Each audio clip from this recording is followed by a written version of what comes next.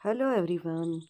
Class 11th की English का paper हो चुका है और आइए अब हम देखते हैं इसका सॉल्यूशन।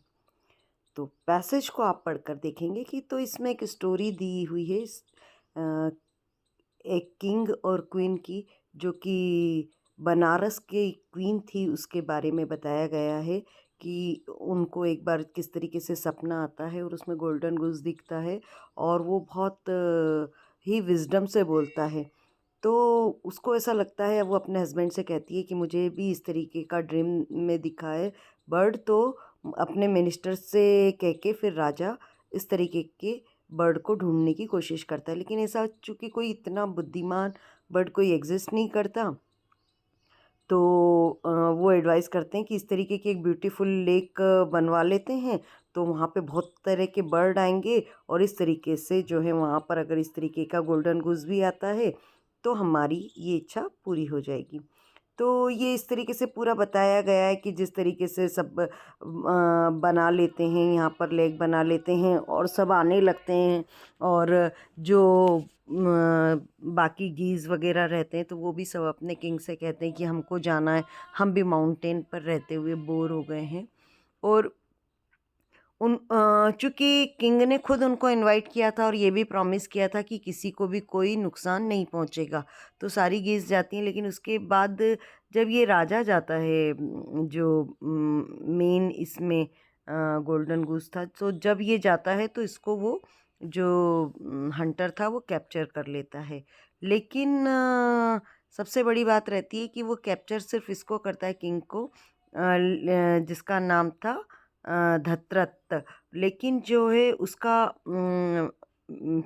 कैप्टन था या उसका साथी जो था सुमुखा, वो उसको छोड़कर नहीं जाता है। तो उसको बड़ा आश्चर्य होता है और वो पूछता है पहले दोनों से, जिस तरीके से वो बात करता है तो उसको बड़ा अच्छा लगता है इन दोनों से बात करके कि कितने बुद्धिमान हैं। और वो जो उसका मिनिस्टर था सुमुखा, तो वो भी जब ये जवाब देता है कि वो तो फ्री था, लेकिन वो क्यों नहीं भागा, तो इसका वो जवाब ये देता है कि वो इसलिए नहीं उड़ा क्योंकि वो अपने राजा को कभी भी अकेला नहीं छोड़ सकता। तो वो बहुत खुश होता है हंटर, और फिर वो जो राजा से रिवार्ड की उम्मीद करता है उसके बगैर वो सोचता है कि इतना प्रभावित होता है इन दोनों से कि वो इन दोनों को फ्री छोड़ देता है। उसको उसकी चिंता नहीं रहती कि राजा क्या उसको रिवार्ड देने वाला है। तो इस तरह से ये एक बहुत ही इंटरेस्टिंग स्टोरी है, आपने पढ़ी होगी। अब क्वेश्चंस देख लीजिए इसके। पहला इसमें क्वेश्चन पूछा गया है, why were the geese keen on visiting the lake in Banaras.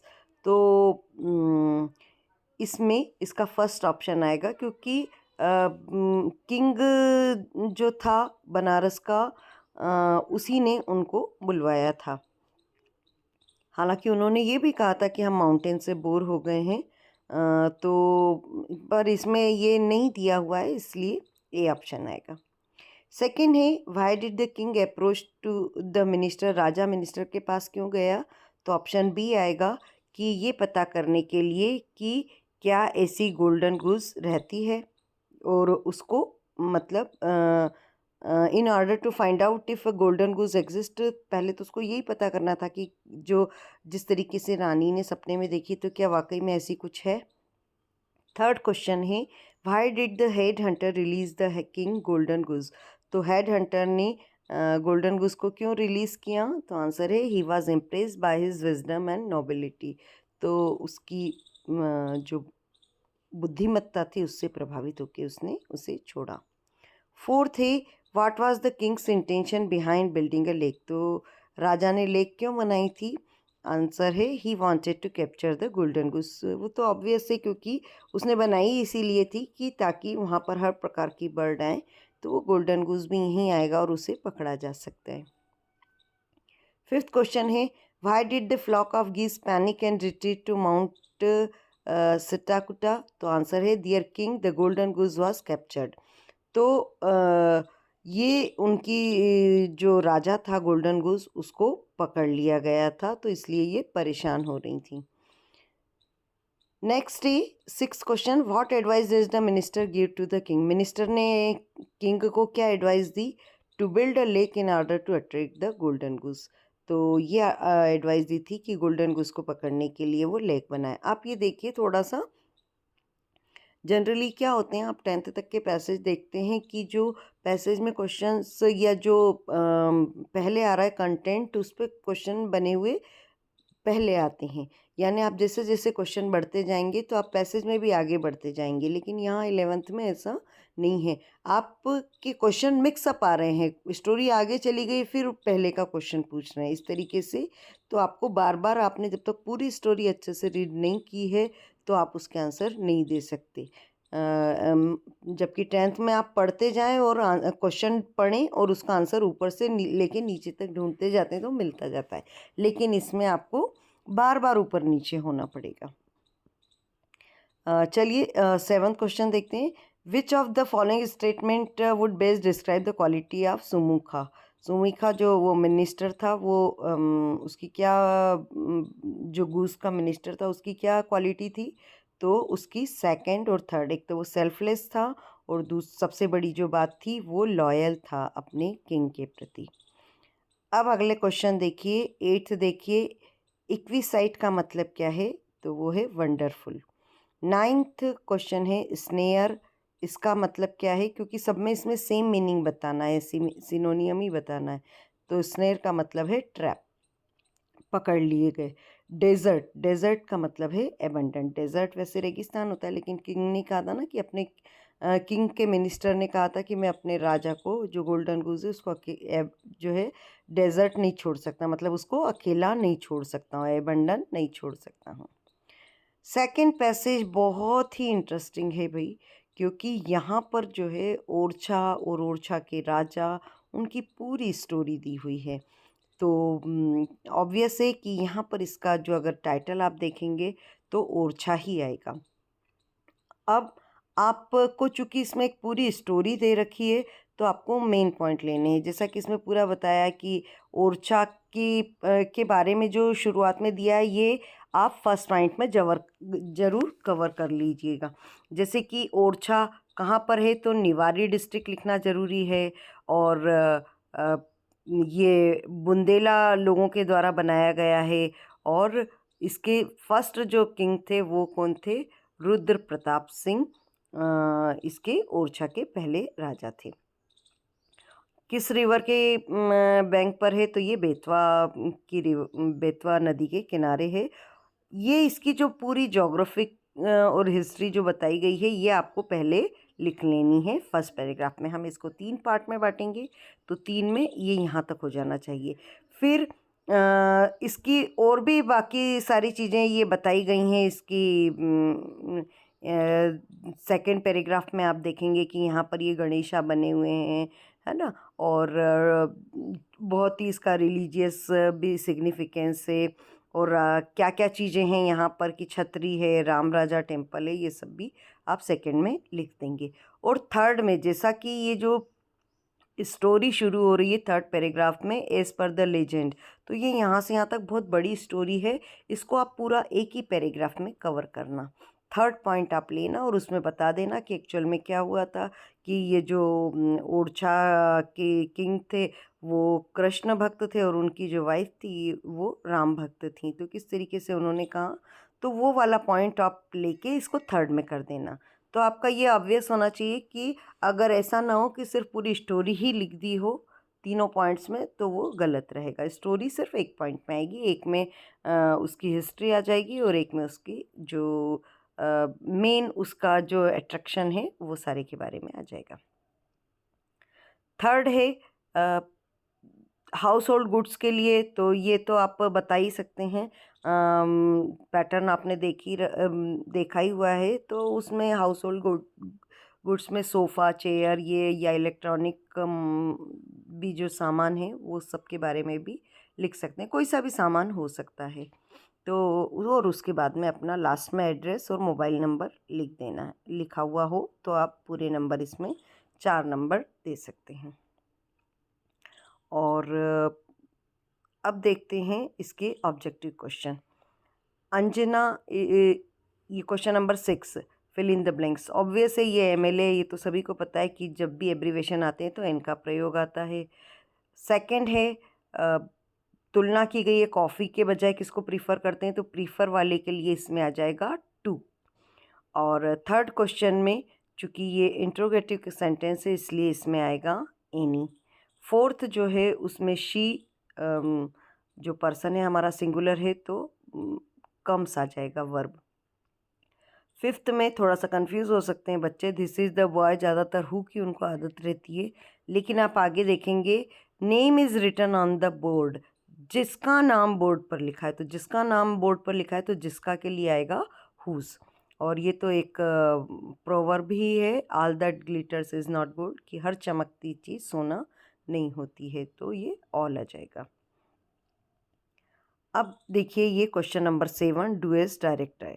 Surendra does his work himself, तो इसमें आ जाएगा सुरेंद्र डज नॉट डू। ठीक है, तो डज नॉट डू इतना आएगा और बाकी फिर हिज वर्क हिमसेल्फ। सेकेंड है प्रदीप गेव मी अ ब्यूटीफुल गिफ्ट, तो इसका जो पैसिव वाइज है ये ऊपर लिखा हुआ है, a beautiful gift was given to me by Pradeep. Third है, ये तो पूरी आपने पढ़ा ही रखा होगा कई बार, an apple a day keeps the doctor away. Fourth है the boy is my cousin, तो आपको पता है रिलेटिव क्लास में हम क्या करते हैं कि पहले वो लेंगे कि किसके बारे में बताया जा रहा है, तो चूंकि बॉय के बारे में बताया जा रहा है तो पहले आएगा द बॉय, फिर हु लगा के आप सेकेंड सेंटेंस लेंगे, who is wearing a red shirt is my cousin, ये हमने ऊपर लिखा हुआ है। फिफ्थ है एज सुन एज, तो एज सुन एज की जगह पर आ जाएगा नो सूनर, और चूंकि ये क्लोज्ड लिखा हुआ है तो यहाँ पर हम लेंगे did, no sooner did he close, अब ये डिड इसमें से निकाल लिया इसलिए सिर्फ क्लोज हो जाएगा, क्लोज हिज आइज, और जहाँ पर कॉमा होता है उसकी जगह पर देन लगा देंगे, देन द टेलीफोन रैंग। और ये सिक्स्थ ये भी आप कर सकते हैं, इफ़ को हटाएंगे और आप अनलेस लगाएंगे, लेकिन चूँकि इफ़ वाले ही सेंटेंस में इसमें पार्ट में नॉट नहीं लगा हुआ है तो हम नेक्स्ट सेंटेंस में जाते हैं और उसमें यदि नॉट होता है तो हटा देते हैं, या नहीं होता है तो लगा देते हैं, तो यहाँ पर लगा हुआ है इसलिए हम हटा देंगे, तो इसका आंसर होगा, मैं लिख नहीं पाई तो आप इसमें नोट कर लीजिए, इफ़ की जगह आएगा unless they work properly they will, not हट जाएगा, they will be punished, they will be punished, second में से नॉट हट जाएगा और पहले में इफ़ की जगह पर अनलेस लग जाएगा। क्वेश्चन नंबर 8, ये आपको पता है कि ये जो ग्रैंड मदर वाली स्टोरी है उसी में से दिया हुआ है, तो ये who was covered with A red shirt, तो चूँकि ग्रैंड मदर की डेथ हो गई थी तो उनको इस तरीके से कपड़े से ढका हुआ था, तो वो कौन थी, वही दादी थी उनकी आथर की। बर्ड्स जो है ब्रेड क्रम्स क्यों नहीं खा रही थी, क्योंकि इसका ऑप्शन आएगा बी, क्योंकि वो सब भी दुख में थी, क्योंकि जो आथर की दादी हैं वो उनको हमेशा बर्ड्स को फीड किया करती थी, तो उनकी डेथ के बाद में ये इस लेसन में यही दिखाया गया कि किस तरीके से बर्ड्स भी जो है रिएक्ट करती हैं और उनको भी उतना ही दुख होता है और उन्होंने भी कुछ नहीं खाया। डेड बॉडी के लिए क्या वर्ड लिया है, तो ये कॉप्स है। आथर कौन है इस चैप्टर के, तो खुशवंत सिंह हैं। और ग्रैंड मदर जब की डेथ हो जाती है तो बर्ड्स क्या करती हैं, डिडंट ईट ब्रेड क्रम्स, तो वो ब्रेड क्रम्स नहीं खाती हैं। आप ये देखेंगे कि इसमें सेकेंड क्वेश्चन और फिफ्थ क्वेश्चन लगभग मतलब सेम ही है, और आप अगर एक का अर्थ समझ गए तो वो बिल्कुल सेम ही है, उसमें आपको बोनस ही नंबर मिल जाएंगे। अब अगला जो क्वेश्चन है वो है 9 का ए, ये आपके लेबरनम टॉप से लिया गया है पोएट्री से। तो लेबरनम ट्री में क्या होता है जब गोल्डफिन चली जाती हैं, तो वो कैसा हो जाता है, साइलेंट हो जाता है और डेथ लाइक हो जाता है ना। ये पूरा पोएट्री में जिस तरह से बताया गया है कि किस तरीके से बर्ड पहले बिल्कुल शांत रहता है, लेकिन वो जैसे ही ये आती हैं इस पे बर्ड्स, तो उसके बाद में जो है वो बहुत ज़्यादा आवाज़ें आने लगती हैं, वो थोड़ी देर बाद में जब चली जाती हैं तो वो वापस खाली हो जाता है। तो पोएम का नाम भी है लेबरनम टॉप, और इसके पोएट का नाम भी पूछा है, वो भी आप लिख दीजिएगा, टेड ह्यूज। और इंजन कौन है फैमिली का, वो है गोल्डफिंच बर्ड, जो कि अपने बच्चों के लिए भोजन लेके आती हैं। तो जब वो भोजन लेके आती हैं तो बच्चों की जो आवाज़ें आती हैं तो वो बहुत तेज तेज आ जाती हैं, तो एक तरीके से वो इंजन का काम करती हैं। पार्ट बी, और इसमें है ये the summer of the beautiful white horse से लिया गया है कि हार्स पे कौन बैठा हुआ था, तो स्पीकर का कज़िन बैठा हुआ था। लेसन का नाम बता ही दिया है, summer of the beautiful horse. और किस लैंग्वेज में मुराद बोलता है, तो वो अमेरिकन होती है, आर्मेनियन लैंग्वेज होती है, सॉरी। और नाउन फॉर्म ब्यूटीफुल का क्या होता है, वो होता है ब्यूटी। Question number 10। अब देखें, आप अगर वैल्यूएशन कर रहे हैं टीचर्स, तो ये ध्यान दें कि हमको कीवर्ड्स पकड़ने हैं बच्चों के, क्योंकि बच्चे आगे पीछे भी बहुत कुछ लिखते हैं, तो मेन क्या ज़रूरी है। अब ये पहला क्वेश्चन जैसे इसमें है कि ग्रैंड मदर स्टील चपाती क्यों ले जाती थी, तो मेन आंसर है इसका कि विलेज डॉग्स के लिए। Who were other to crewman, तो टू क्रूमैन के नाम यहाँ पर लिखे हुए हैं, लेरी विजिल और स्विस हब। थर्ड है what is the ceremony of टट कॉल्ड, तो सीमेंट्री ऑफ टट जो है उसको क्या कहते हैं, उसे कहते हैं वैली ऑफ किंग्स। और चौथा है where was Khan Sahib going, how did he intend to reach there. ये भी आप देख लेना, लेकिन शायद ये बच्चे अटेम्प्ट ज़्यादा ना करें, पर लिख दिया इसका answer. What does kora mean, कोरा क्या है, एक टाइबेटियन मेडिटेशन प्रैक्टिस है, तो ये मेडिटेशन का भी अगर लिख दे तो आप मार्क्स दे सकते हैं। Where had the narrator taken tea and who served him tea, तो कहाँ पर उन्होंने टी ली, इन हॉर्स ओनली कैफ़े। और अब ये 11th क्वेश्चन देखिए, कार्डबोर्ड क्या रिफ़र करता है, कार्डबोर्ड रिफ़र करता है फोटोग्राफ को। What is the colour, colour कौन सा है लेबरनम ट्री का, वो है yellow. What will happen if it doesn't rain, अगर रेन नहीं होगी तो सूखा पड़ेगा, तो ड्रॉट वर्ड उसको में मेन है। What was the king that poet couldn't find in the book of geography, तो क्या चीज़ नहीं मिल रही है पोएट को, हेल और हेवन जोग्राफी में नहीं मिल रहे हैं। Question number 12। Y did the boys return in the white house, horse जो चुराया था बच्चों ने, वो उसके ऑनर को क्यों वापस किया उन्होंने, क्योंकि उनका जो कॉन्शियस था वो अलाउ नहीं कर रहा था, उनकी अंतरात्मा की आवाज़ सुन के उन्होंने घोड़े को वापस किया। तो ये कॉन्शियस वाला जो वर्ड है ये ज़रूर आना चाहिए। Why did the author of the story address want to forget the address, author address को क्यों भूलना चाहती है, क्योंकि वो एड्रेस एक्चुअल में, जैसे आपको पता है कि उसकी मदर ने दिया था एड्रेस, की लड़ाई के समय वो कहीं शिफ्ट हो गए थे, लेकिन उनका सामान वो छोड़कर आ गए थे, तो उसने एड्रेस दिया था कि ये सारी चीज़ें ले आना। लेकिन वो भले ही चाहे कितनी भी सारी कीमतें थीं, लेकिन अब उनकी कोई वैल्यू नहीं थी आथर के लिए, क्योंकि उनकी मदर इस दुनिया में नहीं थी। तो इन सब चीज़ों की कीमत भी उनके लिए तभी थी जब तक वो थी, तो इसकी इमोशनल वैल्यू जो है आइटम्स की ख़त्म हो गई थी। अगला है who was Mrs Fitzgerald, what did she advise to Mrs Pearson, तो वो कौन थी, फॉर्च्यून टेलर थी, और उन्होंने क्या एडवाइस किया था कि वो जो है head of the house portray करें।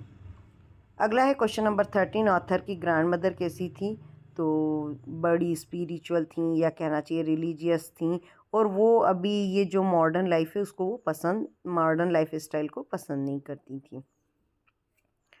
Question number 2, under the adverse condition children had exhibited, ये जो है करेज के बारे में बताया, तो आपने ये देखा ये I am not afraid to die वाला जो चैप्टर है उसमें, तो सिर्फ ये लिख सकते हैं कि जब स्टॉर्म आता है तो जो है बच्चे डरते नहीं हैं और पेरेंट्स को सपोर्ट करते हैं। देखा है आपने उसमें कि किस तरह से उनको चोट भी लग जाती है, लेकिन वो छुपाते नहीं हैं, वो अपने पेरेंट्स को परेशान नहीं करना चाहते इस स्थिति में।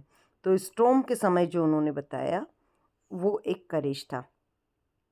किंग टट के बारे में थोड़ा सा शॉर्ट नोट लिखना है, तो ये बता सकते हैं कि वो जो है कितनी 9 ईयर की एज में ही जो है वो राजा बन गया था, और उसके बारे में जो भी थोड़ा बहुत लिखा हो। Central idea of the poem the voice of the rain, तो जो रेन है और पोएट्री है, ये दोनों एक अर्थ के लिए बहुत ही उनका महत्वपूर्ण रोल है ना। जिस तरीके से रेन आती है तो सूखा नहीं रहता है, धरती पे हरी भरी हो जाती है, इसी तरीके से इसका रोल पोएट्री का रहता है। सेकेंड क्वेश्चन इसमें है कि बिगनिंग में और एंड में लेबरनम टॉप कैसा रहता है। तो तो ये शुरुआत में भी साइलेंट रहता है और बाद में भी साइलेंट हो जाता है, लेकिन उसको जो है उन्होंने एम्प्टी वर्ड से बताया है कि मतलब बाद में वो एकदम से एम्प्टी हो जाता है। Question number 50, what makes the, ये जो स्टोरी है इसको इंटरेस्टिंग क्यों बनाया है, क्यों ज़्यादा इंटरेस्टिंग लग रही भाई है। तो वही स्टोरी कि बच्चों ने घोड़ा चुरा लिया, फिर बाद में उनकी अंतरात्मा ने कहा तो उन्होंने घोड़ा वापस कर दिया। तो क्यों इंटरेस्टिंग है, there simple longing to enjoy horse riding, मतलब यही बताया कि उनका कुछ ऐसा घोड़ा महंगा है या घोड़े को वो खरीद लें, सेल कर दें, या कुछ प्रॉफिट के हिसाब से तो था नहीं, वो उन्होंने जो चुराया था वो सिर्फ उन्होंने राइडिंग के लिए ही चुराया था, तो ये इसलिए स्टोरी इंटरेस्टिंग है।